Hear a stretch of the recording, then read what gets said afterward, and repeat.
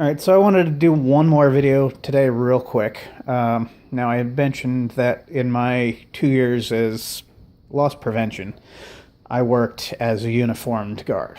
Now, in the place where I was employed, I had other people that were working with me, and they had pretty much given up. Now, I did not receive much training. Most of what I know is self-taught. In fact, the person who trained me, the only thing they really trained me for was in the rare occurrence that you actually stop somebody. It's how to be polite, because for the most part, what they did was they would stop people that didn't have paid stickers on cases of water or any bulky items that couldn't go into a bag. And very politely, you'd stop them and ask, if you could see the receipt. Though there was no good way of doing it, because those that knew they didn't pay for it, they'd get really angry. The thing you could count on was if it was not paid for, they would go to the customer service desk and they'd ask for a manager, and they would do their damnedest to get you into trouble so that you'd never stop them again. It was really the plainclothes or undercovers that were supposed to do the majority of the stopping, and what they were looking for was actual theft, where people were putting stuff in their pockets or in their clothes or whatever. I made it a game, though. That's why I lasted 2 years. And the employer I had, they had this habit of they didn't give raises. So for you to get any kind of raise at all, and I had 3 in my 2 years. They were only 50 cents an hour, but it does translate into a fair amount when you go from I think I was making $10.50 when I started, and I left making 12. So for an employer that does not give raises, to give me 3 of them, I was damn good at my job. Now, let's see here. I apologize for the and the thinking.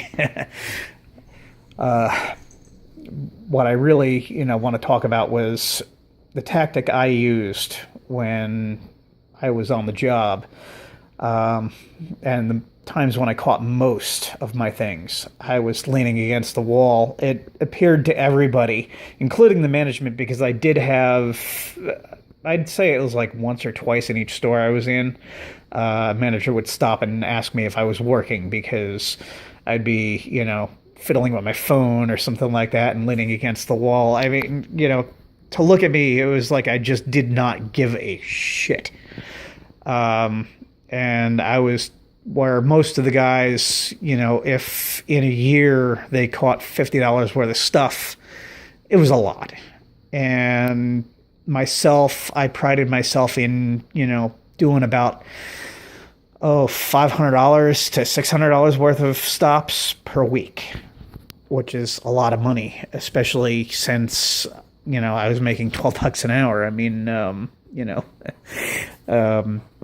I was definitely, I wasn't really paying for myself, because the way it worked was my boss was, for every paycheck I got, he'd get twice the amount. So, but I was definitely paying at least what I was receiving in money. And the way it works is, and here's the thing I struggled with was it took me a while to learn that I needed to befriend the cashiers. It was really, not something I was supposed to do. But when I would catch something, because there were so many things that I could catch and so many mistakes they would make, that they'd get written up for every time I caught something, I would teach them how to not make the same mistake again, what to look out for, who to look out for. There were customers that, they had their tactic, and every time they would come in, they would use it. And most of the time, they'd get away with at least an item or two that was not paid for. It's really kind of funny when you think about it that, the easiest way to steal and steal a lot over a large period of time is to steal it right out from the cashier's right out from under the cashier's nose, because if they're not paying attention, and security's not paying attention, which is in most of the time when a customer gets to the register, unless they've actually pocketed something, security isn't paying attention to them anymore. Because, why? I mean, you'd think the cashier would catch whatever it is that, so from the pack of gum to, that's next to a bottle of water to, let's see here. One of the best things I've caught was Nicorette gum, which is fairly expensive, and I don't remember how much it was, but, people would put it next to a case of water on the far side of the cashier, the water or whatever the bigger, bulkier item is, being on top of the cart, in that area where you might have a child sit. And then you place that pack of gum or whatever, not under the case of water because they'll spot that, but to the side, so that at an angle, the way the cashier is looking at the cart, it's hidden. A lot of times they won't even give you a second look once you've paid for everything and you're on your way. So whatever that item is, you've just got away with it.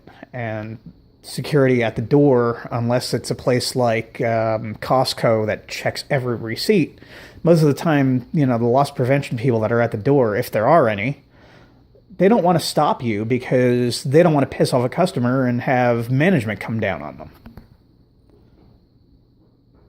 So, there's just so many ways people would get away with anything. My next video, I'm going to talk about my one time where I did actually catch a shoplifter, and I'll explain why I didn't follow through and have the cops called. Because, I kind of messed up a little bit, and the management definitely messed up.